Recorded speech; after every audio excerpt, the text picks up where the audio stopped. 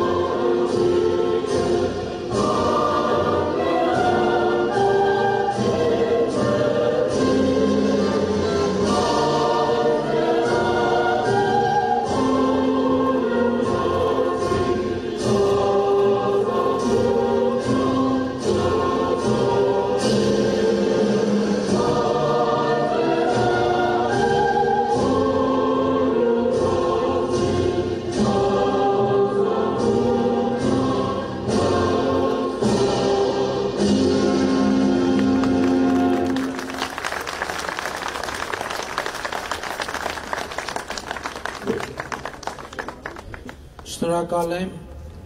սիրելի ժողովուրդ, շատ ուրախ եմ ձեզ տեսնելու համար այս բարդ եւ դժվար ժամանակներում եւ ես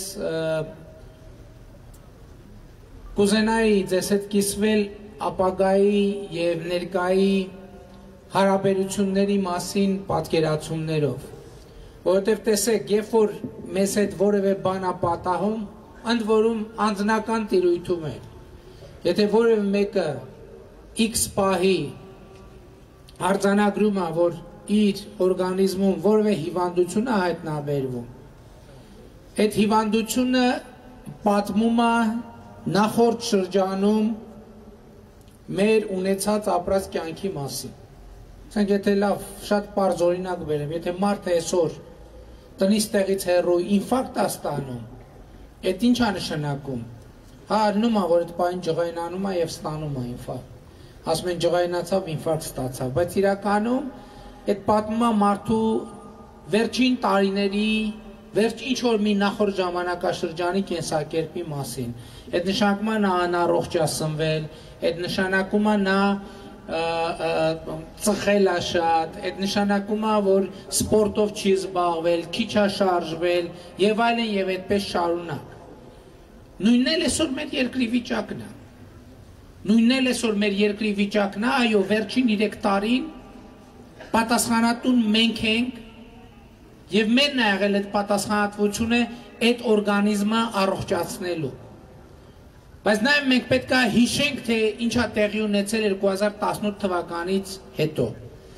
2018 թվականից հետո մենք Հայաստանի Հանրապետությունում կառավարման մեկ լիարժեք տարի ենք ունեցել այդ 2019 թվականը։ 2019 թվականին Հայաստանը բոլոր ցուցանիշներով գրավել է աշխարհի ուշադրությունը։ Հայաստանը եվրոպական եւ եվրասիական տարածաշրջանում ամենաբարձր տնտեսական աճը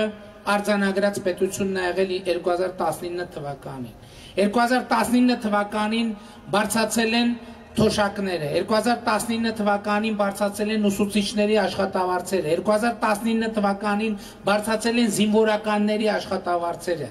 2019 թվականին Հայաստանը ռեկորդային քանակով զբոսաշրջիկներ են այցելել, 2019 թվականին Հայաստանում բիզնեսը ռեկորդային թվով եկամուտներ է ապահովել, 2019 թվականին Հայաստանի կառավարությունը 60 միլիարդ դրամի հուսահատ պարտք վերադարձրել է բիզնեսին։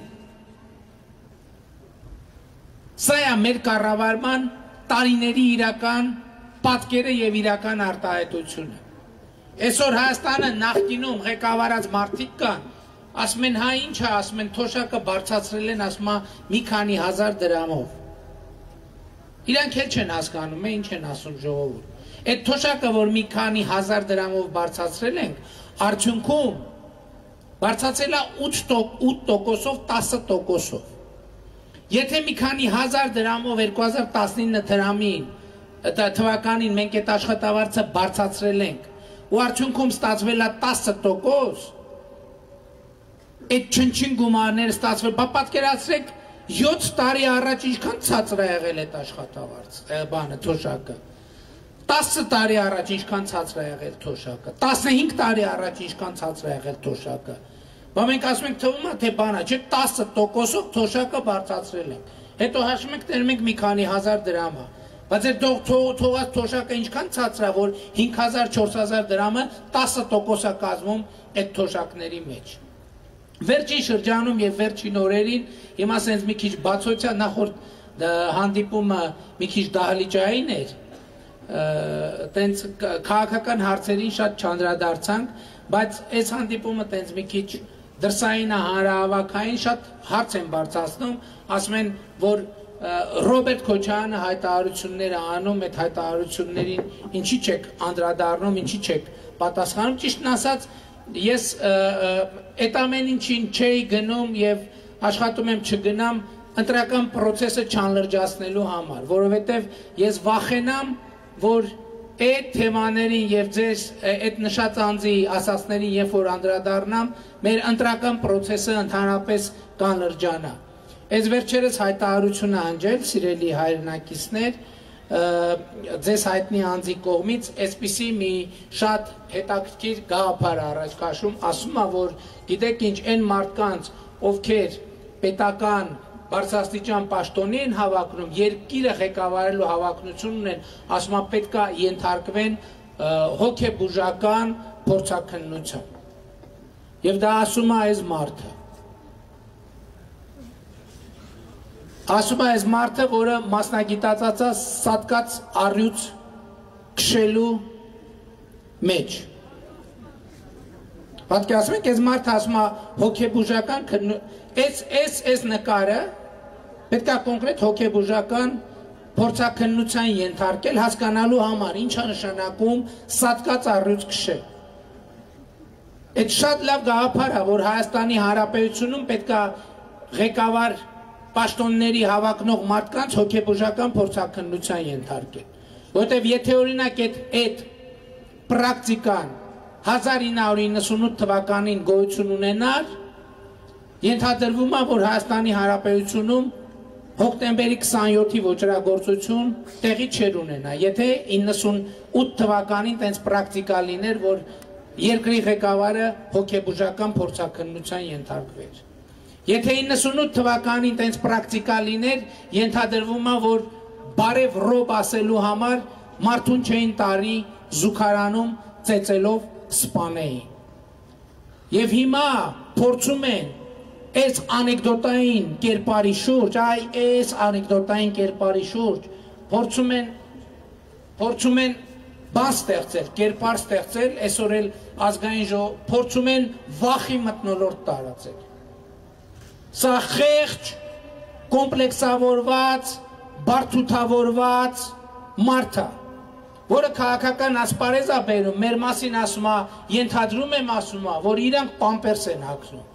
Դե կներեք ժողովուրդ ջան, մենք չենք ուզում խոսակցություն իջեցնենք այսքան ցածր մակարդակի, բայց ամբողջ սոցիալական ցանցերն են քննարկում, որ երբ որ հայտնի իրադարձությունների ժամանակ իրանք իրենց առողջական վիճակի նրբությունները դարձրել էին համընդհանուր քննարկման առարկա եւ ամբողջ սոցիալական ցանցերը քննարկում են, որ այդ մարդը ստիպված է այսօր նույնիսկ քարոզարշավի ժամանակ պամպերս հագնի, հիմա եկել է մեզ ասում է, որ երևի այդ մարդիկ պամպերս են հագնում։ Սա անթույլատրելի է։ Ասում է հոգեբուժական փորձաքննության ենթարկել։ Էլի Հայաստանի Հանրապետությունում ի դեպ օրենք կա, որ նույնիսկ падգամավորի տեխնացուները պետք է իմանան հայերենի իմացության որոշակի տեստ անցնել։ Եթե որը մեկը փորձի Ռոբերտ Քոչարյանին այդ տեստը անցկացնել, նա ընդամենը հրապարակային այս ընթացքում երկու անգամ երկու բառա գրել, այդ երկու գրելը հաղթական երիտասարդություն, ինտերնետում կա գրած, նայեք, այդ երկու բառի մեջ երկու հատ երկու թե 3 թե 4 ուղղագրական սխալ ա թույլ տվել։ Ու այս մարդիկ եկել են իրենց տարբեր շտաբներով, չգիտեմ, ուզում են երկրում տարածեն իբր վախի մթնոլորտ։ Իբր պետք է ձեր ինչից վախենաք, այ անեկդոտի հերոսներ, այս ցածկած առյուծ քշողներ։ Իմիջայլոց մեր երիտասարդությունը չի հիշում։ Շատերը ուզում են ցույց տալ, թե իբր Ռոբերտ Քոչարյանը իշխանության տարիներին տենց մարդիկ վախեցել են, տենց ինչ-որ իրականում անեկդոտների, ամենատարածված անեկդոտների հերոսն է եղել Ռոբերտ Քոչարյանը։ Երիտասարդության համար ասեմ, որը կապված է նաև լեզվի հետ, շատերը կհիշեն, չնայած անեկդոտի տրամադրություն չկա, բայց այնուամենայնիվ պատմեմ, որովհետև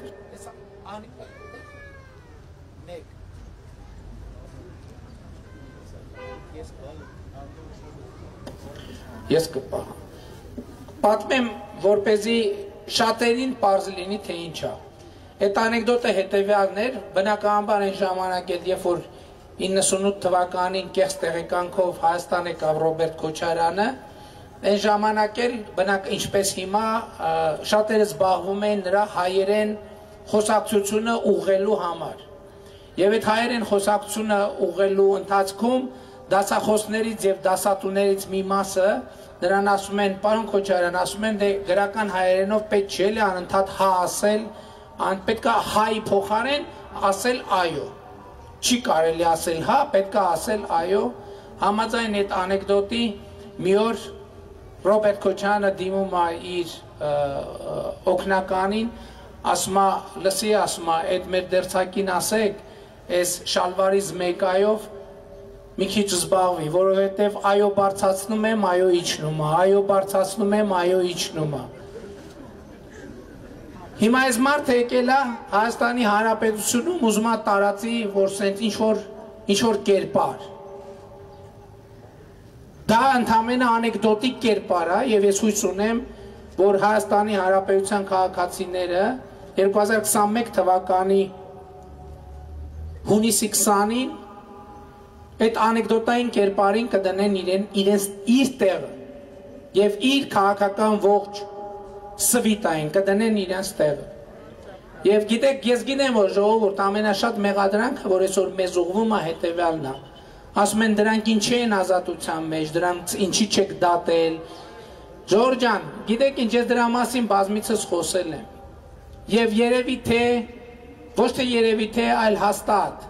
որ մեզ համար կարևոր է եւ շարունակում է կարևոր մնալ ինստիտուտների կայացումը։ Բայց եթե դուք գտնում եք, որ ինչ-որ մեկին եւ կոնկրետ այդ մարդկանց մենք պետք է դատեինք ու չենք դատել, հունիսի 20-ին դուք դատելու հնարավորություն ունեք։ Հունիսի 20-ին դուք գնացեք ընտրական տեղամասեր եւ դատապարտեք նրանց իրանց արժանի պատժի։ Դա այն է, որ իրենց կառուցած երազանքներից եւ միֆերից հետ գան եւ բախվեն դաժան իրականության հետ, որ Հայաստանի քաղաքական դաշտում նրանք տեղ չունեն եւ չեն ունենալու։ Նույնիսկ այն ժամանակ, այսօր խոսում են ընտրություններ հաղթելու, չգիտեմ ինչից, նույնիսկ այն ժամանակ եւ նրանք ունեցել են ամբողջ իշխանությունը, նրանք ոչ մի ընտրություն չեն կարողացել հաղթել։ բոլոր ընտրությունները կեղծվել են եւ դա եղել է ձեր աչքի առաջ, բայց այս անգամ բնականաբար Հայաստանի Հանրապետության ժողովուրդը եւ նրա ընտրած կառավարությունը ունենալով լիարժեք իշխանություն որևէ մեկին թույլ չի տա որևէ մի ձայնի կեղծիք անել։ Այնպես որ հունիսի 20-ին գնացեք անպայման ընտրական տեղամասեր եւ ձեր կամքը արտահայտեք։ Եվ այս սխալները, որ մենք թույլ ենք տվել ժողովուրդ ջան, դուք գնացեք եւ հունիսի 20-ին այդ սխալները ուղղեք։ Եվ ես ուզում եմ մեր բոլոր սխալների համար ներողություն խնդրել ձեզանից։ Լավ եղեք ժողովուրդ ջան։ Ամենայն բարի։